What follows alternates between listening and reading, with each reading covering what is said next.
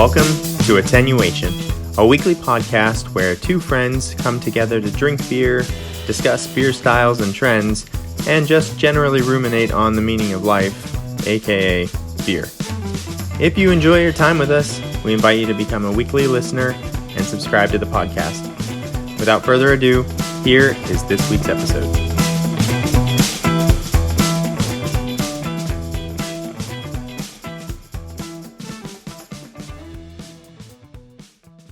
Hello, and welcome to episode 65 of Attenuation, a beer podcast. My name is Jason, and I'm joined by my best friend since 8th grade, Stephen. Hello. How's it going, sir? What were you going to say? I was going to jump you right say in. hello for me? Stealing your lines again. Stick to the script, man. Stick to the script. All right, I'm sorry. Are you ready to drink beer and talk about beer? Yeah, that's why, because you're just like, you want to get to the beer drinking as fast as possible. Yeah, I'm excited. You're like, dude, it takes too long to say hello, man. We got time for that. Yeah, we got to drink. Oh my gosh. All right, well, we have a timely topic for you. We're going to talk about the beers of summer. So, what are some of our... I think this episode will drop like the day before the first day of summer or something, the official first day of summer. Yeah, perfect. Although in Texas right now, summer has arrived. Yeah. It's so hot. It's been teasing us with heat. We had a couple 100-degree days, and then for whatever reason, it dropped back down to like 80. So I'm soaking in the last of the spring days. You have to really like to sweat to live here. It's just like sweaty all the time. And it doesn't cool down at night for us like it does for you, so... Yes, we get to open all the windows, but we do not. All right, cool. Well, our first segment is our favorite segment, which is the drinking beer segment. So Stephen and I will both introduce our beers, give some nose notes, and then we cheers and give tasting notes. So today I have a beer I'm pretty excited about because I've heard a lot about this brewery, but I've never had anything from them. And this is Taxman Brewing Company. And a lot of their beers are really funny because they kind of use names from like things off a tax return or tax related, like deadline and deduction and exemption. So it's pretty cute. Like, I don't know, it's kind of a whole theme with their brewery name and then their beer names. And this one is qualified. So it is a Belgian quad. So I'm challenging myself because this is not my favorite style. So this is the year of challenging our palates. So I'm drinking another beer that's not my favorite, and it's not 9.5% ABV. I like that it says Belgian inspired but American crafted on the can. So that's their way of saying it's a Belgian-style ale. Yeah. And we know from our Belgian beer episode that this one is probably going to be dark, but the triples are light and the doubles are dark. Yeah, it's very confusing. And indeed, this is dark. Okay, well, that's good. Yeah, it's like a very dark brown, and then it has a pretty active head. It's not really lacing at all. Ooh, it's estery and like tons of dark fruits, so like plum, raisin, caramel, spice, and I smell that yeast smell that I know I'm not gonna like in the taste, but everything else smells amazing. So somehow I feel like you're not drinking a summer beer right now. No, this is not. This is me getting excited about trying a beer from this brewery. I did not have a summer beer ready. All right, what are you drinking? Are you drinking a summer beer? Kind of, yeah, but we'll see. So this is a collaboration. So this is kind of an interesting collaboration. So Fair State Brewing Cooperative is a co-op, like a brewing co-op in Minneapolis, Minnesota. So they have like something like 2,000 members who all own a part of the brewery, and they collectively figure out recipes and what they're going to brew next. And not sure exactly how all of that works, but that's cool. Yeah. So it's a brewing co-op. They make, of course, their own beers, but then they do quite a few collaborations with other breweries. This is a collaboration with Burial Brewing in Asheville, North Carolina, and also a collaboration with Yakima Chief Hops. So a collaboration with a brewery and a hop grower. So this is a pale ale. It's called A Light in Dark Places When All Other Lights Go Out. Lord of the Rings reference. I like it.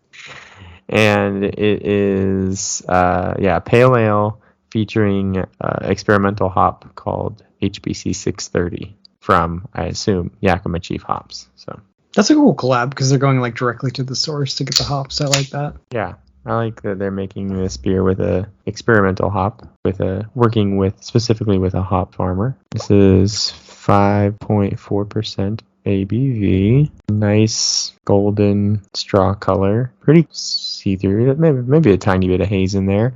A nice solid inch of foamy head, lacing just a tiny bit as well. Oh yes. Yeah, I did get a summer beer here. Just a nice floral bouquet. A lot of grassy floral notes. Maybe a little bit of like stone fruit, apricot notes. Also getting some like tangerine in there. That smells good. Or I can't smell it. Sounds good. And and some like almost blueberry, strawberry, a little bit of like berry notes to it. All in like a very crisp, clean smell. So I'm excited for this one. All right, cheers, sir. Cheers. Okay, this one is very good. So it's almost like a dessert quad, if that's even a concept. It's like plum, vanilla, candied figs, and then there is the Belgian, that yeast flavor. That's usually what holds me back on these. And then it almost tastes like a little bit like Coke. Like there's that cola flavor for a second. There's a flash. That's 2 weeks in a row. I know, isn't that wild? Yeah, there's like a flash of booze because this is 9.5%.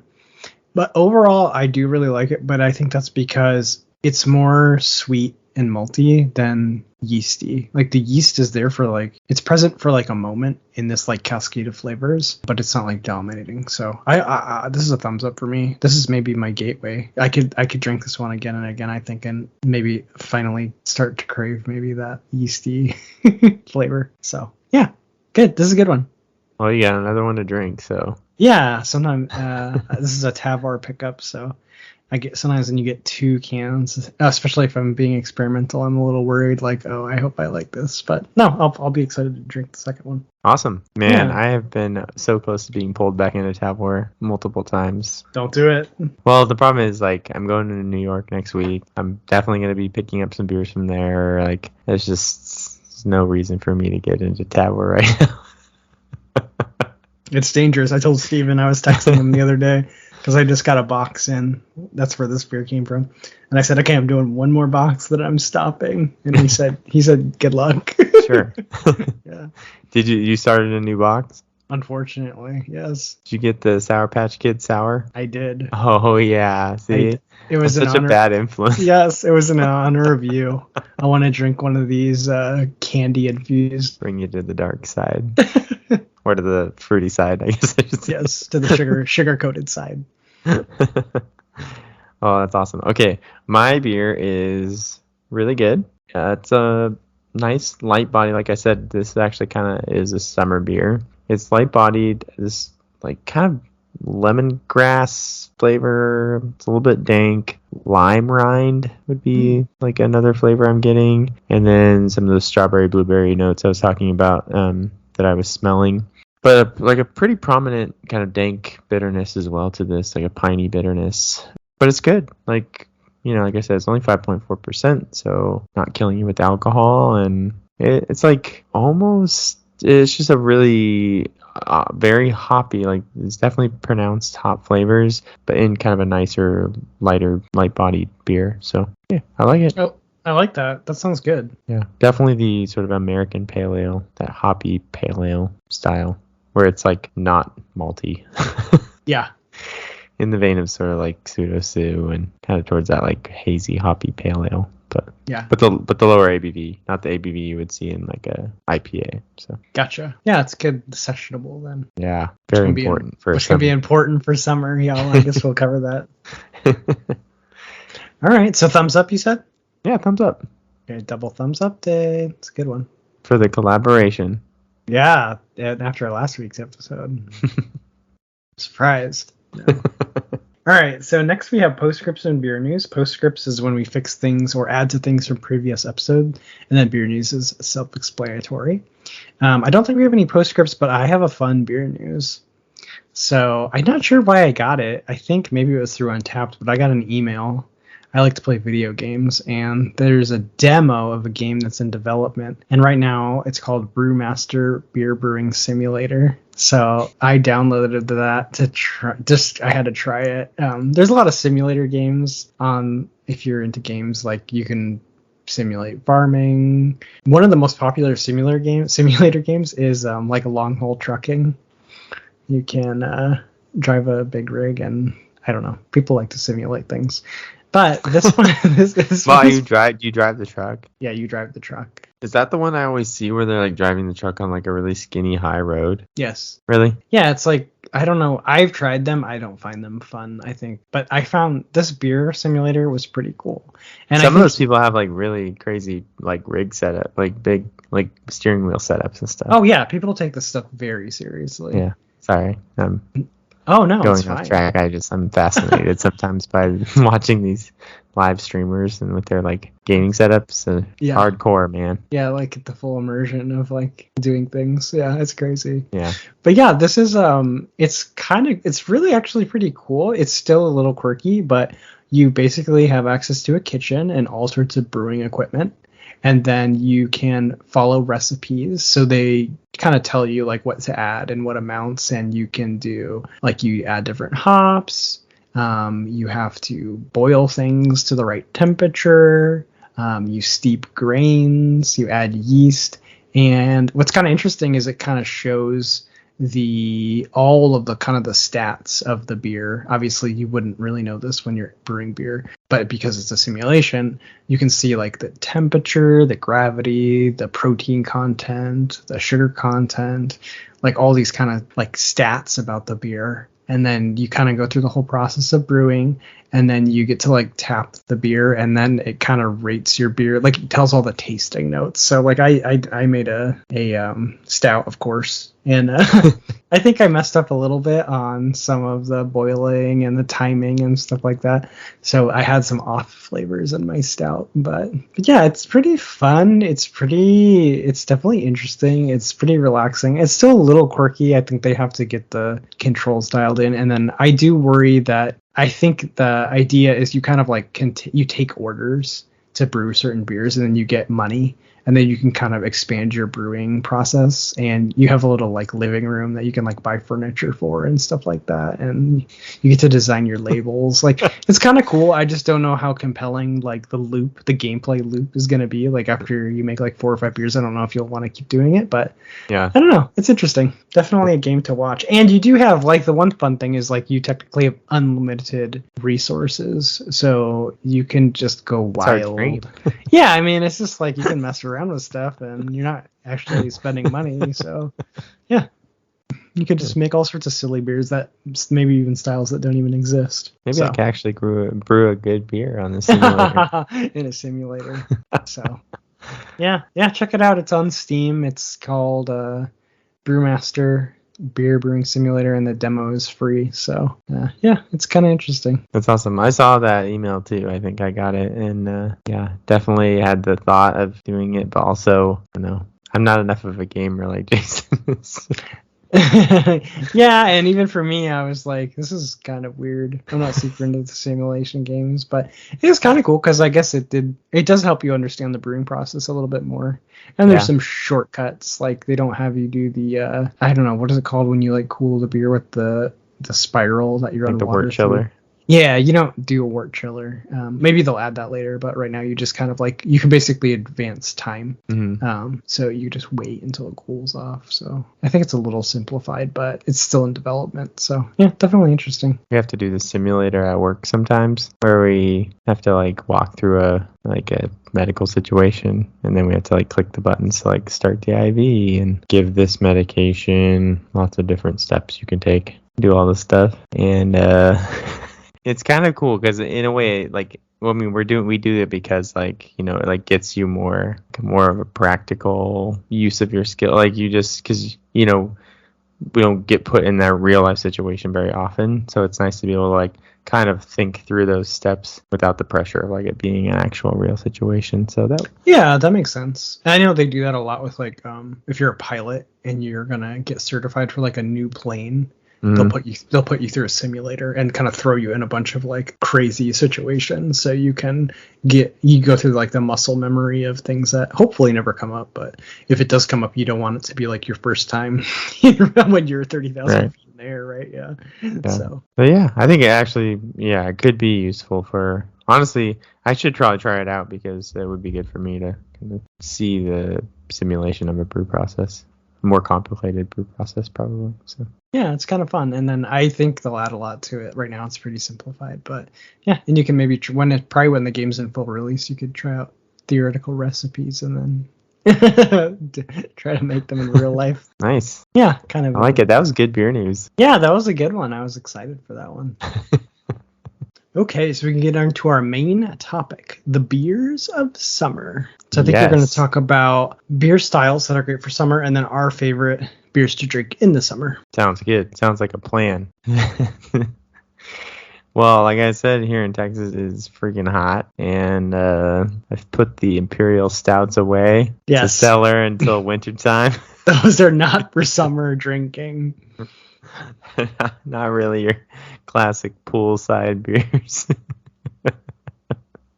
So what I have replaced those with is some lighter, fruitier beers. Those are the styles that are going to be best for your poolside barbecue. So what styles do you like the best? Oh, for me, for summer, I like Goza. I like Well, that's year round. I like wheat beer. Okay. I like one of my favorite summer beers. I guess I'm jumping ahead, but I guess I don't 100% know what style this is, but I love 21st Amendment Hell or High Watermelon. Yeah, that's a fruited wheat beer. It's fruited wheat beer, right? Yeah. Yeah. I guess I'm kind of a big wheat beer fan in the summer, because the other one I was going to say not a bad thing to be. Yeah. I was going to say the Kona Brewing Wailu Wheat. So yeah, I guess I'm a summer wheat beer summer person. Well, it's just one of those beer styles that, I mean, it's your craft ale answer to some of your maybe, lager beers, cold fermented beers, in that it brings like a nice crisp light body, not like a ton of flavor. I mean, if you just drink a straight wheat beer, there isn't a ton of flavor unless you start to move towards like the Hefeweizen, that kind of stuff, where you're getting more of the like yeasty cloves and like banana flavors. But a really like light basic wheat beer is just very simple to drink and lends itself perfectly to be fruited. Yes. So you're gonna see that a lot. Some of my favorite in that style are it's not coming onto the top of my head. It's an apricot wheat. I think it's like, do you know what I'm talking about? Yes. Widmer's or something like that. Let me see if I can find it. Well, there's Lost Coast tangerine wheat. I know that's not what you're talking about, but yeah, there's definitely like so many variants of wheat beers, and even like Hell or High Watermelon, they make different versions of that. I think they use the same base wheat beer, but then they do a watermelon version. I think there's a mango version. They'll just kind of do lots of different fruits. I think the watermelon one is the best. I think it's the original and the best, but yeah, that's just like, it does lend itself really well to, which is kind of funny. It's almost like sours in like the fact that you can just like throw almost any fruit into it and it will be nice. Yeah, raspberry works really well. Apricot. We have a brewery here just down in San Marcos, which is just south of Austin. It's called Aqua Brew, and they have a apricot wheat that's really, really good. So yeah, you'll see apricot a lot. Watermelon, of course. I've seen a good tangerine wheat, orange wheat. Oh, I was gonna say, actually, I just saw there's a Hell or High pomegranate.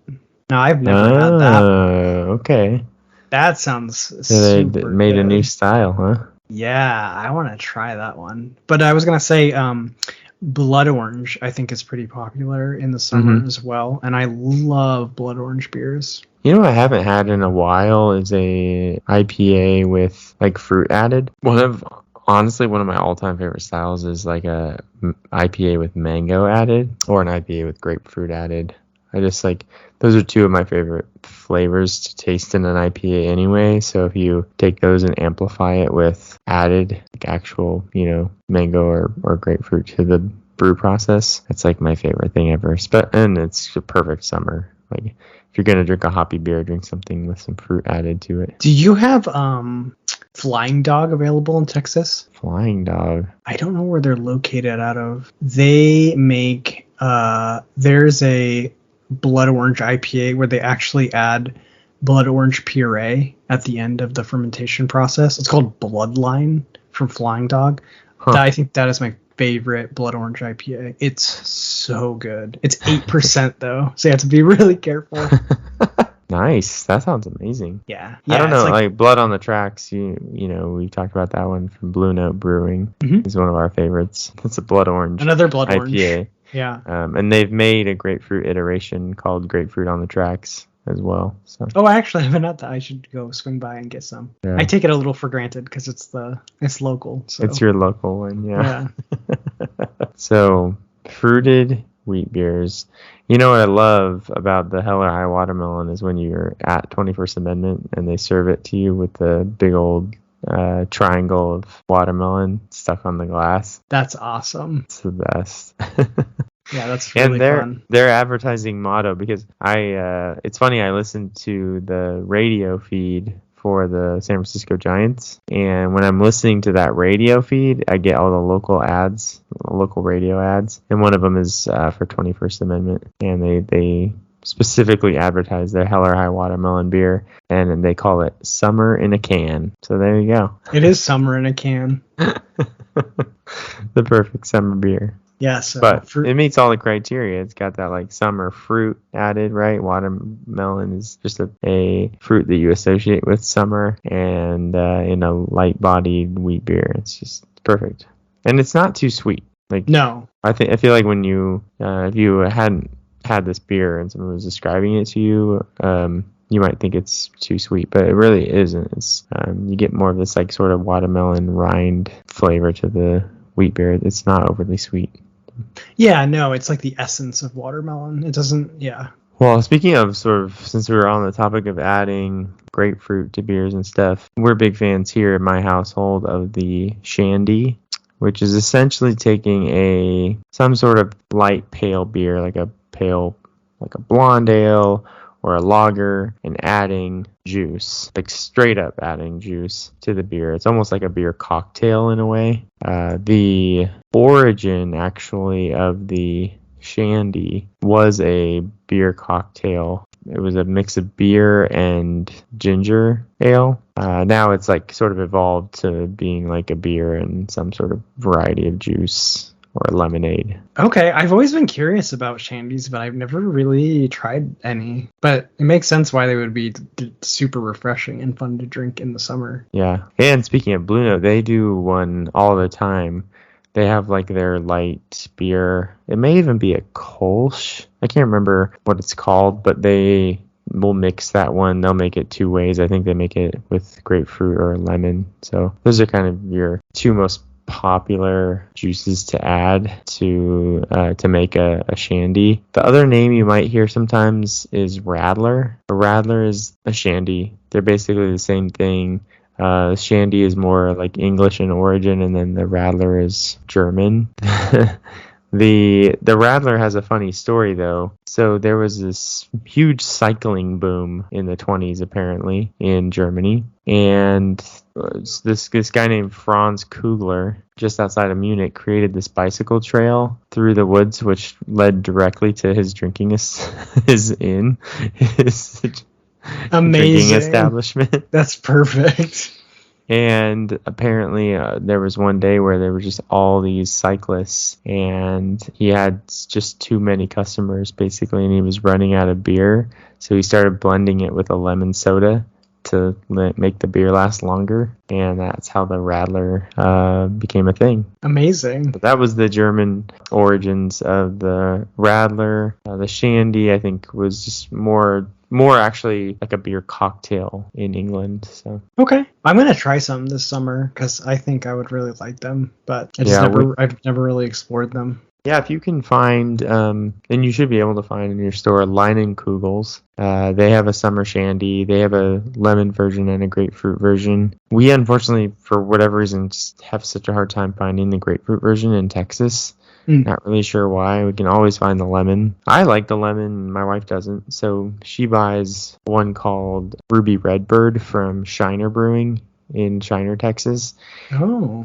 And that's I think they advertise that one as a radler. Okay. But one of the benefits of the shandy or radler style is that you're taking beer and you're diluting it a little bit with juice.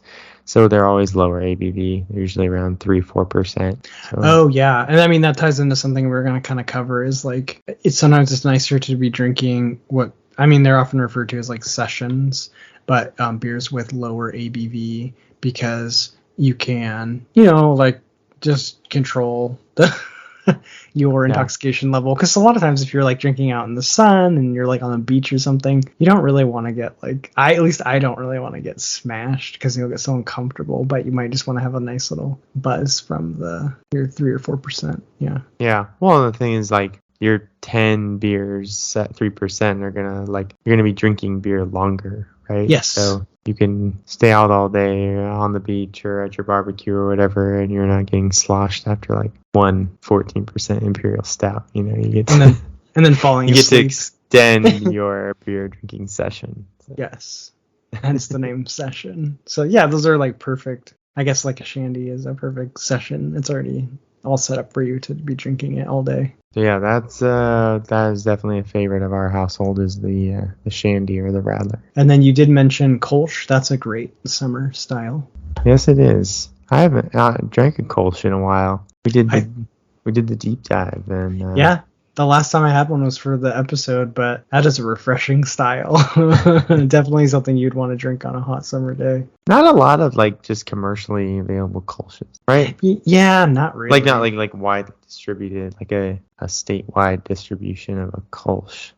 Yeah, it sounds something you can like easily walk in and get a 6-pack of very often. If you're buying like a Total Wine, you could definitely find it. But yeah. Yeah, there's definitely Kolsches at the store, but nothing like New Belgium Kolsch or something. Yeah, they don't like it's nothing not with like them. national distribution. Yeah, it's not part of like anyone's main lineup. Yeah, which is kind of surprising. I don't know. Maybe they're just not popular, but it seems like in the summer they could definitely get away with it because it's good beer to drink in the summer. Yeah. So I don't really have a favorite Kolsch. No, I honestly haven't had enough to really have a favorite, but it's a super refreshing style. Well, for me, like I know you mentioned Gozas, Berliner Weiss kind of falls into that category, and it sort of falls under the wider category of wheat beers too. These are just sour wheats, Gozas and the Berliner Weisses. Yeah. Which also lend themselves to be fruited.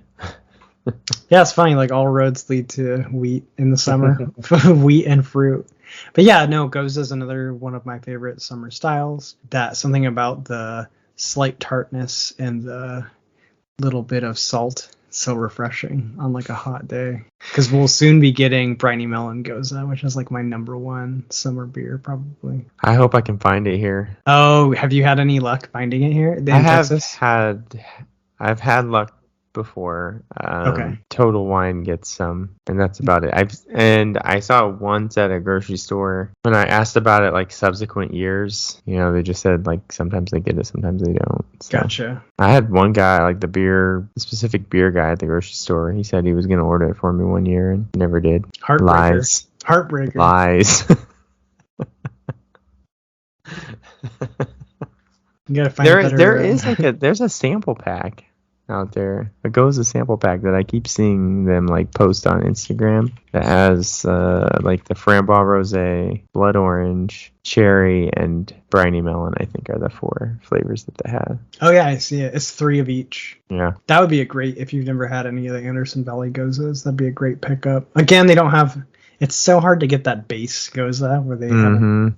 It's the I always forget the name. It's like a whole sentence. The Kimmy, the Ink, and the Holy Goza. Yes, that's it. But if you can find that, that's the one to start with, because I actually think that's one of the best. But yeah, if you can get this variety pack, man, the Briny Melon's good. The Blood Orange is good. They're all good. I think the Briny Melon's the best as far as the ones with like an addition to them. But yeah, those are all great. I think I've seen that, and I don't know what your selection is like, but they definitely get this at Costco. This goes a variety pack, at least in my neck of the woods. Yeah.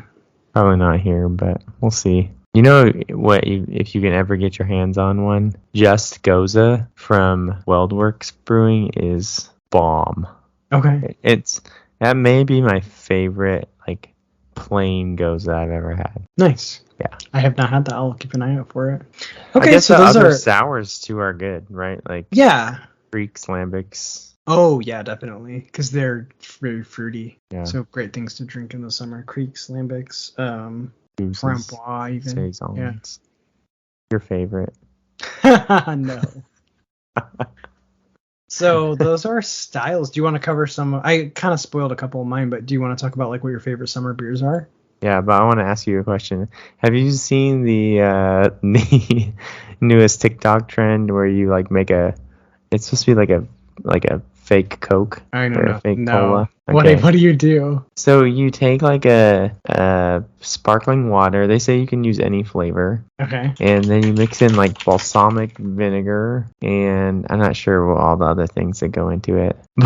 But it was interesting because my wife made it for me, and she was like, "Here, try this and tell me what you think." She used a coconut flavored sparkling water. Okay. And I drank it, and it was interesting because it kind of reminded me of a sour beer a little bit. Really? Just because, like, a lot of sours have that balsamic flavor to it. So I thought, like, I think if you remake this with, like, a cherry flavored sparkling water, it might actually be kind of good. Oh, so you could make like a fake sour, basically. Yeah. Where you could maybe you could hit that like those flavor profiles where it would hit that craving for a sour, but it's just like a sparkling water. We should try it. Let's try it before the next episode. I pulled up one of these videos. Yeah, people were mixing, I don't know how to say it, LaCroix. Yeah. The LaCroix. LaCroix, the like slightly flavored bubble water with like balsamic vinegar. Yeah. And that's supposed to taste like Coke. It's really weird. Yeah, it doesn't really taste like Coke, but I can't imagine it does. no. But yeah, it does, like, it is an interesting flavor. I thought it was more interesting than Coke, actually. I thought it was more like, felt like I was drinking a sour beer. Also, as the other side note, I keep getting these ads on my Instagram feed for Partake Brewing, and they make all non-alcoholic beers, but they make some really cool styles. Like, they have a cherry goza non-alcoholic, and cool. they have like a pale ale, I think, and just a lot of cool flavors of beers that are non-alcoholic, which I think is probably a nice market, right? Yeah, and I think two markets that have been expanding are the gluten-free beers and then now alcoholic beers. I think you're seeing a lot more. I know we talked about it. I feel like it's been a year ago, but like Lagunitas makes their non-alcoholic IPA, and yeah, I think those are some of the things that are becoming more available, which is pretty cool. I could put one of those in my lunch for work. There you go. You're like getting all the flavors of a beer. Yeah, drink a cherry goza on my lunch. Yeah, I like the idea of that. That is kind of and that's a good summer beer too, because if you're trying to get your 6-pack abs, like I am, like that, constantly in search of the 6-pack abs. 6-pack abs are elusive, my friend. Especially when you have a beer podcast. Yeah, well, that's not helping. What they say is abs are made in the kitchen. Yeah, the fork is faster than the feet. That's my motto. Okay, that's a good one. Like, think about like how quickly you can eat like 200 calories, but how much work it takes to like burn 200 calories. Yeah, it's insane. Like, not even. Yeah, you could run for like 45 minutes, and that's like you can undo probably, that. Right? Yeah, 400 or 500 calories you could burn, but you could undo that, and you can eat like 10 jelly beans or like 10 gummy bears, and you've just undone an hour. Your body is insanely efficient. Yeah. So yeah, it sucks. And it doesn't help when you get older either. So all right, cool. Do you want to talk about, I spoiled some of mine, but some of our favorite summer actual beers? Yeah, sure. I mean, I think I probably spoiled a bunch of mine too. But. Well, let's see. I spoiled 3 out of the 4, so I'll say them again. 21st Amendment Hell or High Watermelon, good one. Anderson Valley Briny Melon Goza. Kona Brewing. Yes. Kona Brewing Wailu Wheat, which is really good if you can get your hands on it. It's a wheat beer, and gosh, now I'm gonna forget what they flavor it with, but it has like a local to Hawaii kind of like flavor. I think it's passion fruit or something like that. It's so nice, so refreshing, great summer beer. And then my final one, which, oh gosh, I didn't even realize this, but yeah, these are all wheat beers because The other beer I really like is Lagunitas Little Something, and that is actually a half that beer is wheat. So that's kind of what they did. It's like it's almost like a wheat. I don't know if it's considered an IPA, but yeah, it's a hoppy wheat beer, and it's really good because it's kind of it's a little bit of that like smooth creaminess of the wheat beer, but then it has that hop bite. So it's kind of like straddling the like kind of two beer styles, and then it's. The only thing you got to be careful about this one, I think it's like 7 or 8% ABV, so it's really strong. But yeah, it's a great one. Nice. What are your favorites? So for me, I still like a hazy IPA in the summer. So, or even more like a hazy pale ale, like I'm drinking tonight. So I would say like Pseudo Sue for me is just a classic, like easy to drink. Like it's a hoppy, you still get that hoppy beer, but you get that like nice light body. You get a lot of like citrus and mango flavors. Still a lot of flavors of summer. I'm laughing because I feel like that's a year-round Steven beer. There's not a day on this planet that you wouldn't drink Pseudo Sue. Okay, can I tell you a really sad thing about it now though? What? So it used to be a very elusive beer for me. Like I loved it, and it just was hard to get. So it would pop up on Tavour. I would get it like as often as I could. Every once in a while I could get it at like Total Wine, but it just was like very, very hit or miss. And then when I moved here, I really couldn't get it unless it came up on Tavour. And then I discovered Craft Shack, which is kind of another like way to order beer online, and they had it, and I was just like blown away. Oh, this is awesome. So I ordered some from there. Well, then like, I don't know, maybe last year, I don't know how long it's been, but fairly recently, Toppling Goliath started distributing to Texas. And now I literally can get it anytime I want. Nice. And do you know how often I buy it? I already know the answer. Never. Started taking it for granted, Steven. I'll see it in the store. I'm like, meh. Meh. Before you would like kill for it, and now you're like, eh. Oh, I can get that anytime. You always want what you can't have. Oh, it's so terrible. Why do we like that? I don't know. We weren't designed to be satisfied. Humans suck. Well, next time, okay, this is my challenge to you. Next time you're at the grocery store, just buy it because you're going to drink it and love it and be so happy. I'll check the date, though. Make sure it's Yes, you have to be careful. Fresh. But if you're getting it, if they're delivering, like if they're distributing in Texas, you should be able to get it. And I think they're one of those good breweries that actually prints the date like on the box so you can... Mm-hmm. Sometimes they print them on the cans, but you can't see until you open the box. Yeah, no, they're good about that. The other thing too is the grocery store is actually better. Even my local bottle shop, which like is really good, but lots of times it's not in the fridge. It's up on the. Mm-hmm. I'm like, you gotta refrigerate this stuff, man. Yeah. I'm always surprised by some of the stuff that's not in the fridge, but yeah, but the grocery store is always in the refrigerated section, so. That is nice. And sometimes I think the turnover is a little bit higher in the grocery store than like the more specific. That's kind of Total Wine's downfall too. Is like they have so much stuff, but it doesn't necessarily turn over as fast because they have so much selection. And yeah. So all right, my challenge is to buy that next time I see it. Yes, I want you to buy it and remember how much you love it, and then remember that you can get it anytime. All right. So well, it's summertime, so. Since it's one of my favorite summer it's one beers, of your favorite summer beers, and it's summer, so I want to hear you drinking it soon. Okay, so the next one is I mentioned Ruby Redbird from Shiner. I really liked, and then Leinenkugels.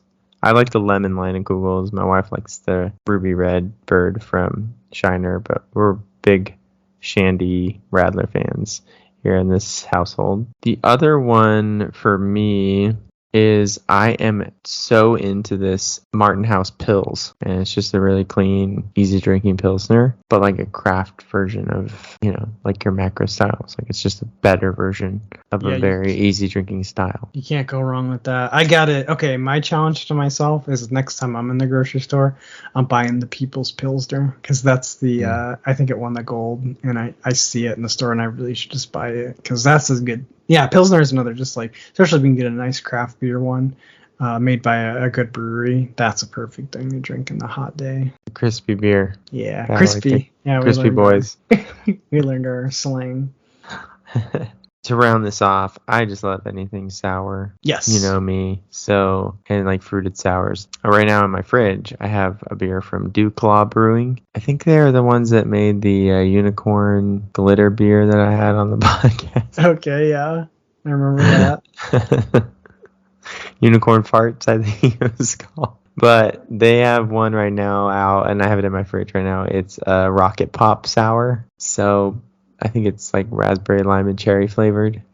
Oh, like the ice Like cream bar. Yeah, you like get, or the popsicle you get from the ice cream truck. Yeah. Yeah. So, and that's just great. And it's just a great summer beer. And they did a really good job of like, I mean, you know me, I would have liked it probably a little more sour than it was, but the level of sourness they did for the beers, it's actually kind of perfect because it's just easy to drink and it doesn't challenge you so much. And so that's what makes it the perfect summer beer, right? Like it's not challenging your palate. That's kind of key. Because you want to just be able to sit poolside and drink this beer without. Yeah, you're already suffering in the heat. You don't need to be challenged by your beer. You just need relief. Which is kind of funny because we were like looking at these lists of like best summer beers and stuff, and one of them was Habanero Sculpin from Ballast Point. Yeah, I disagree. I don't want any heat. I don't really want any heat in my beer anyway, but. And that seems like something you want when you're cold. I don't know. Well, I guess spicy food in the summer go together too. But you know what's so funny is this whole topic is making me think like summer beers are like you almost want simpler stuff because a lot of your stimulation is coming from like you out doing fun things in the summer. And then when it's like freezing and if it's like snowing or you live somewhere it's snowing and like you can't leave your house, that's the time to drink like your barrel-aged stout because you have like time to think. Yeah, there's nothing to do. You're stuck in the house. You like have time to just like you look within and analyze this crazy beer you're drinking.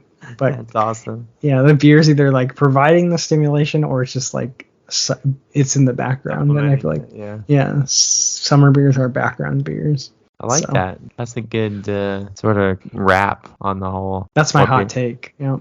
Man, that was hot too. Hot as summer. Hot as summer. Is there any other beers you want to add to this list? I think fruited sours are perfect for summer too. Yeah. I mean, you just, like we said, especially the Gozes, man, and the Berliner Weisses. We have Independence Brewing. They have a Berliner Weiss called Red Bud. They always do different iterations. Oh, you know, really good beer is Laser Rain from Modern Times. Oh. Yeah. You need to get a hold of that somehow. Laser Rain. It's like a cucumber sour. Yeah, fruited goza. It's delicious. Ooh, that sounds so good. Yeah, cucumber goza sour. Tropical cucumber goza sour. Yeah. The cucumber, and I've had a few different cucumber. 10 Barrel Brewing from Oregon. They have a cucumber goza. I've had that. Yeah, that one to me is a little bit too much cucumber. It's a little too vegetal for me. I need a little like sweetness. But the Laser Rain like creates great balance between the sweetness, the sourness, and the cucumber like cooling off effect, you know. Okay. Yeah, that's a perfect summer beer right there. So good. That cucumber flavor. If you can find Laser Rain from Modern Times, which I mean, yeah, their lineup might be changing. Who knows what you can find from Modern Times right now. So at least they survived, so hopefully. You know what I almost want to buy right now is that I saw one of those Keystone Light cans with the stone that's really big. I'm like, should I just buy that and just keep it? It's a collector's item. Yeah, 50 years down the road. You're like, hey, this is the can that got them sued. That's awesome. Because you know they can't make that can anymore. It's got to stop. It's going to be a collector's item. Yeah, pick one up. All right. Just pour the beer out, though. No, I'm just kidding. Don't do that. I'm not even going to open it. You're going to keep it sealed. Yeah, Ooh. age it. All right, I think we're off the rails. You want to call that an episode? It's like a fine wine, that Keystone Light. You know? Can't get any worse, can it? So. Yeah, you might as well try. All right. Well, this is Attenuation, a beer podcast. If you want to reach out to us, we're available on Instagram at attenuation.podcast. You can also email us at contact.attenuation@gmail.com. We should mention we're going to be off next week. Oh, yes. So I'm going to be in New York, and logistically, just too hard to figure out a time to record. So I'm going to be enjoying wonderful Other Half and Evil Twin and Grim Artisan Ale beers in New York, and I'll be super jealous at home.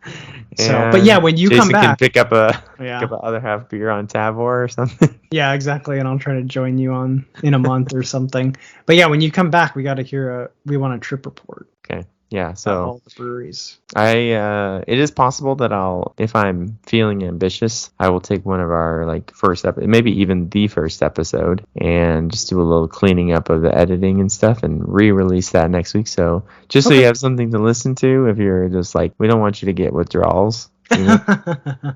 I can see that happening. You start getting the shakes if you don't have that attenuation podcast release on Monday morning. So so we might do that just to ease your tremor. A good warning. But yeah, I just wanted to give you a heads up, and then you watch for the episode the next week, where we'll break down all these New York breweries that I visited. So. All right, perfect. So this is episode 65. We won't be back next week, but we will see you in 2 weeks when we'll hear a great trip report, and I'll be dripping with jealousy, but that's okay. And this has been episode 65, and then my name is Jason, and I'm joined by my best friend since 8th grade, Steven. That's me. We are saying cheers, enjoy your trip, be safe, and drink lots of good beers for me. All right. Cheers to summer. Thanks for listening to this week's episode of Attenuation, a beer podcast. Don't forget to subscribe to the podcast and follow us on Instagram or Facebook for more fun content. Catch you next week. Cheers!